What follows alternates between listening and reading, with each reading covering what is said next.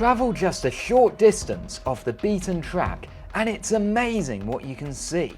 The research power of the internet has opened up a fresh chapter in exploration and excitement, often remarkably close to top tourist destinations. Join me, a history buff, Anna, a gap year student, and Ivan, an adventure junkie, as we see how many we can find.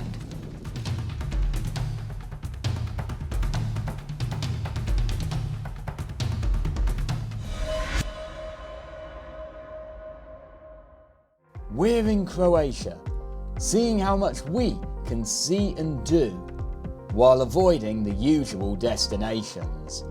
Now it's time to take to the water to see what we can find there. So I've been doing some freediving and trying to teach the others as well. But basically the principle of it is you dive below the surface a little bit, bend your body so that your upper body is facing straight down, and then in one dramatic push you try and breaststroke further down, and then as soon as your legs are below the surface you kick as aggressively as possible. Learning to freedive is something that anyone can do. It just requires you to commit to constantly pushing yourself a little bit further each time. It can be done in any depth of water, even a couple of meters is enough.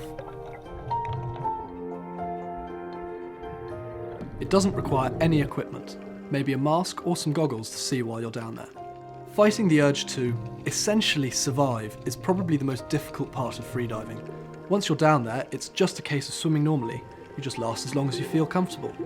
As soon as you think, okay, I'm running out of air, you can either kick off the bottom or swim up to the surface. As you can see, it's very tiring, and I'm going to get back to it.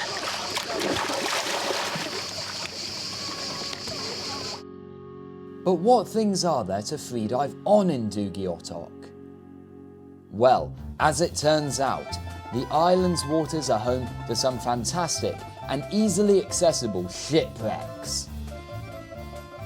2 of them were in the bay our campsite overlooked and required nothing more than a short swim to get to. Appearing as if out of nowhere from the murky water, these wrecks were both breathtaking and eerie in equal measure. Remarkably, we couldn't find a single person or a single source that could explain how they got here. A quick boat ride away lay another wreck. Michelle was once an Italian merchant ship which got stranded here in 1984 and has been slowly sinking beneath the waves ever since.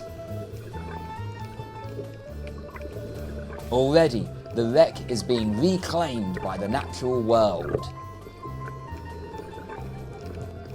Still, parts of the ship poke out of the water, making it easy enough to find and to snorkel on.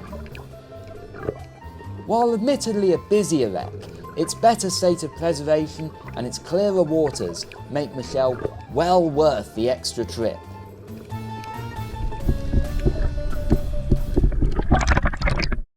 But for some, snorkeling simply isn't deep enough. That's why we got on our scuba gear to explore some of the island's deeper waters. To help us, we teamed up with a diving centre in the nearby town of Bozava, who took us to one of the best spots for diving on the island.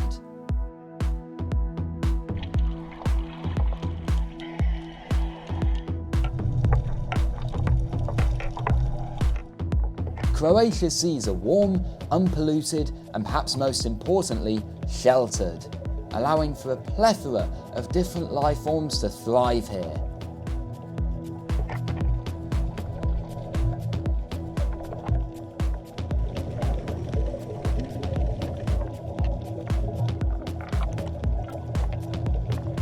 Diving on Croatia's shores needs to be done responsibly to protect the wildlife here from the effects of mass tourism, pollution and carelessness that have taken hold elsewhere on the globe.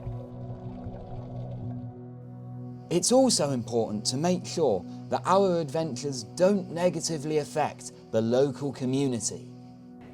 Because of its dependence on summertime tourism, many of Dugi Otok's inhabitants no longer live here all year round. This has had far-reaching effects for villages like Reilly. When I was young, there was 350 people. We had a school, about 30, 40 kids in the school.